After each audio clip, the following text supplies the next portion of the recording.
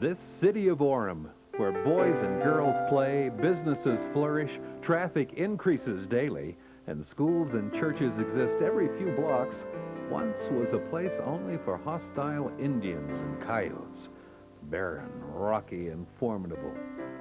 Nevertheless, by the mid-19th century, adventurous and hardy farmers would leave their comfortable homes in Provo each summer to homestead the Provo Bench, that gentle slope of elevated ground stretching from the mountains on the east to Utah Lake on the west. The challenges were many. Settlers built summer cabins to house their families while they toiled, planted, and harvested during the summer months. Despite the hard work, family life was pretty normal.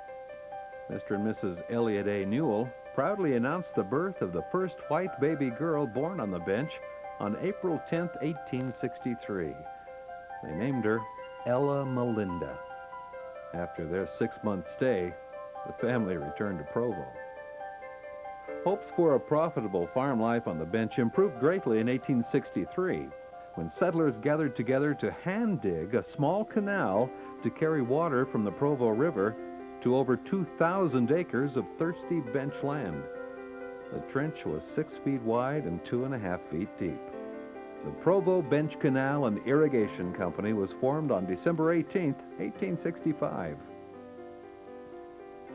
Water. Finding it, capturing it, and preserving it for the future would always be the driving force, the controlling factor in community development. Before the canals were built, water had to be hauled from Utah Lake, the Provo River, or from springs. To make it safe for household use, the water was boiled or would be strained through several layers of muslin cloth. Later, many people used a water filter in the home.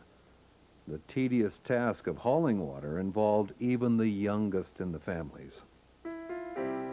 The journals of Andrew Gustav Johnson and Christina Albertina Charlotte Anderson tell how at ages 7 and 9, they would take a wagon loaded with 2 40-gallon barrels pulled by mules to a spring west of Pleasant Grove.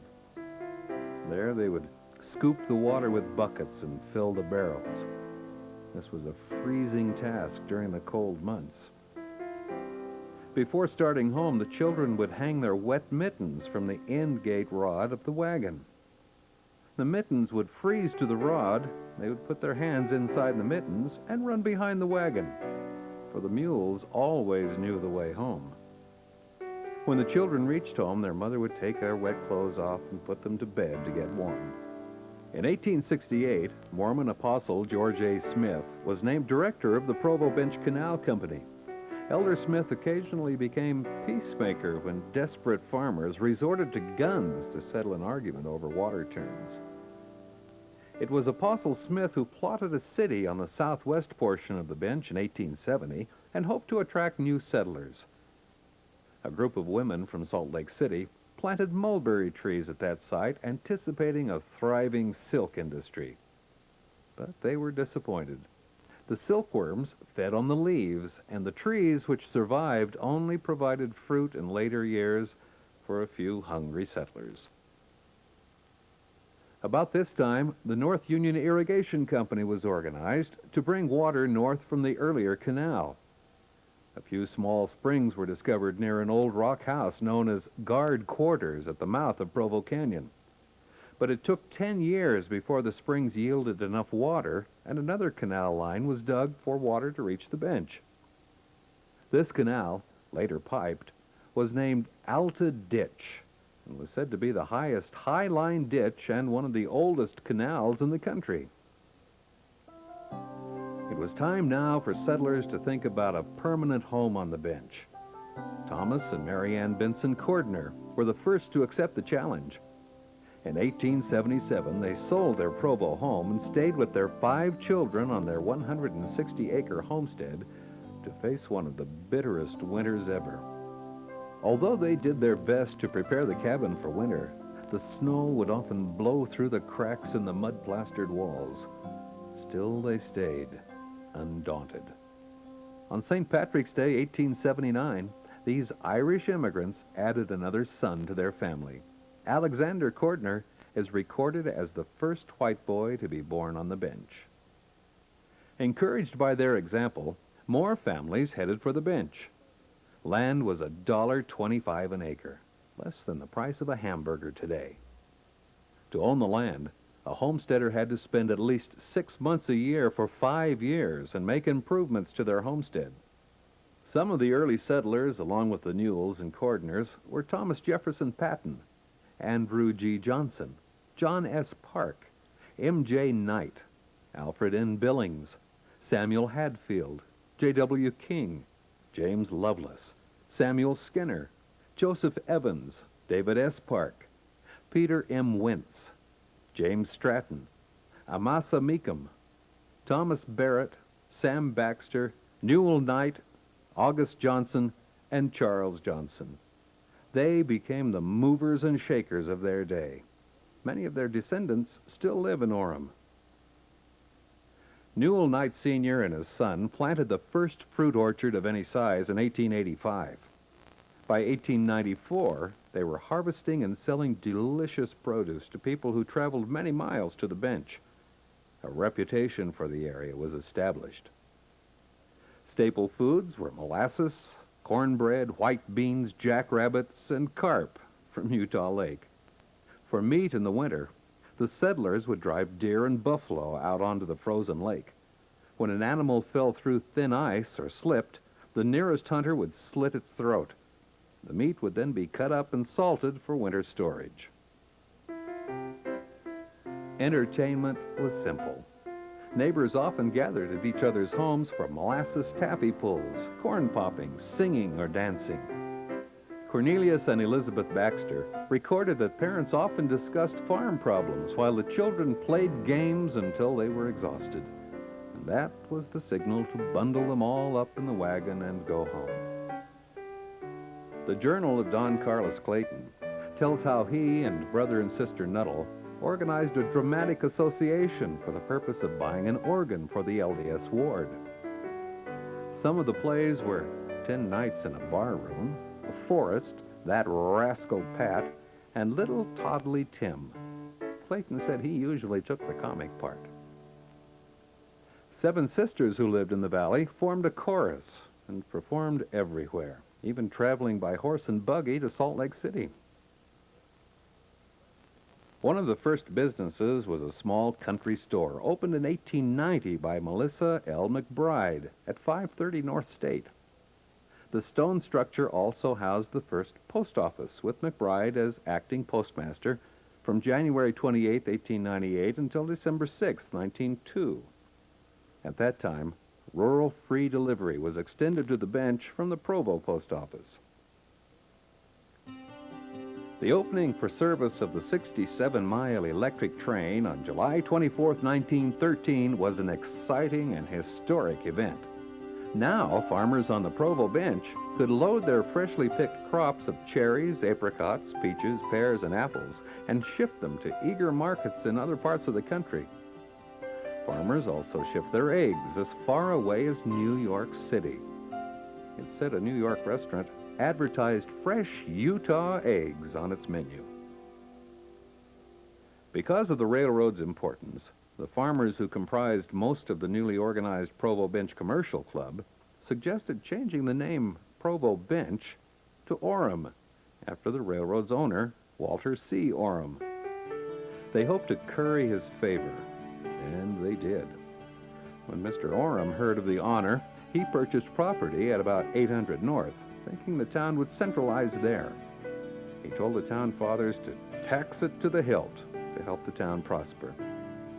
While the Orem family continues interest in the community, no one named Orem ever lived here. The petition to change the name was signed on May 5, 1919, and sealed in Utah County 4th District Court on July 7, 1919. The city of Orem was born.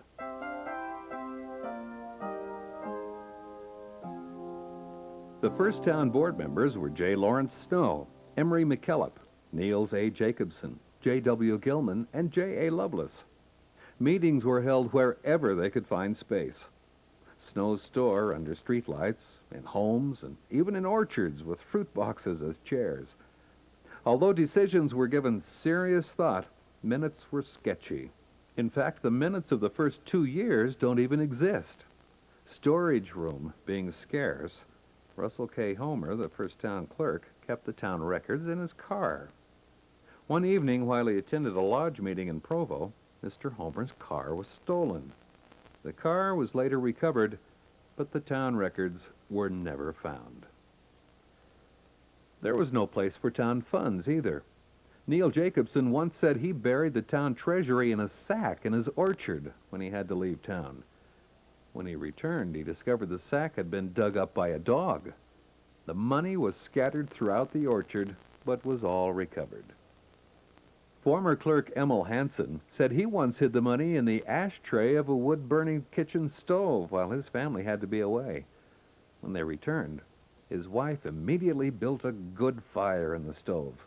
A mad dash to the treasury found the money hardly singed. One early decision that caused trouble was finding a commercial center to the town.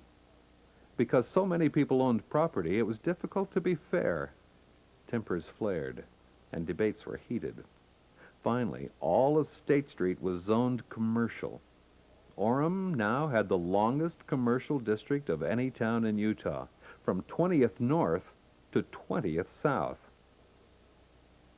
It was not until January 1944 that Orem had its own post office again, this time in the south wing of the Orem City Hall, located on the northeast corner of State and Center. Lyle M. McDonald served as postmaster until he resigned on May 23, 1949. Leo C. Broadhead was named acting postmaster.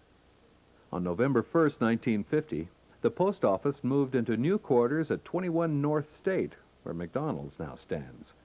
Clyde E. Weeks, Jr. was appointed postmaster on October 16, 1951.